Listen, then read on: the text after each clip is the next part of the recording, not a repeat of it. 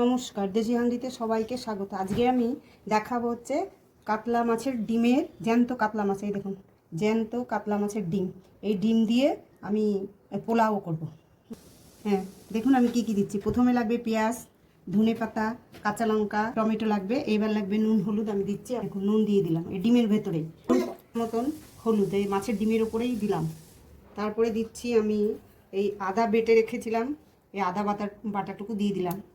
তারপরে দিচ্ছি 1 চামচ ধনের গুঁড়ো, এই যে পরিমাণ মতন আমি লঙ্কার গুঁড়ো দিলাম। আমরা বেশি ঝাল খাই না। জিরের গুঁড়ো, সব কিছু দেওয়া হয়ে গেল। এবার আমি দেব কাঁচা তেল।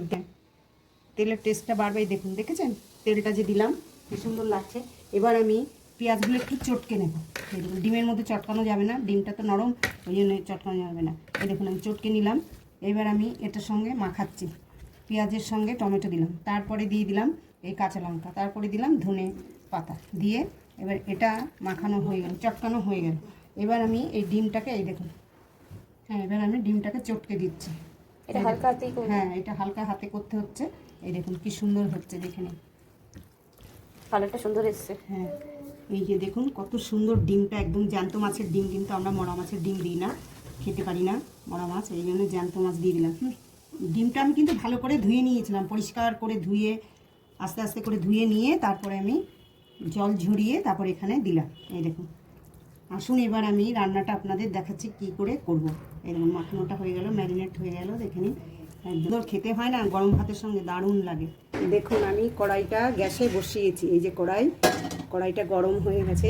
এবার আমি একটু তেল দিচ্ছি, এই দেখুন কাঁচা সর্ষের তেল।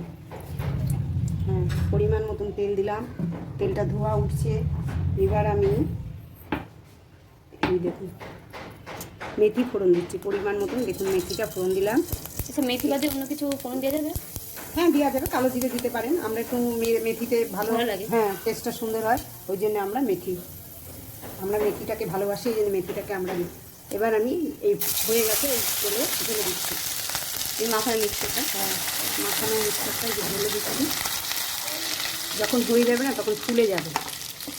এবার আমি ঢেকে দিচ্ছি, 5 মিনিট পর ফিরে আসবো। দেখুন এবার আমি একটু ঢাকনাটা খুলে নেড়ে দিচ্ছি। এই দেখুন, দেখে নিন কেমন হচ্ছে।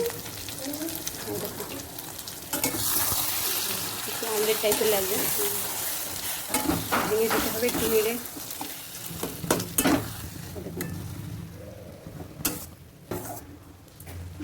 এই যে আমি আবার ঢেকে রাখছি। দেখুন এটা হয়ে গেছে একদম। দেখুন ঝট ধরে কি সুন্দর, পোলাও সুন্দর। দেখুন এবার একটা পাত্রে আমি রাখছি।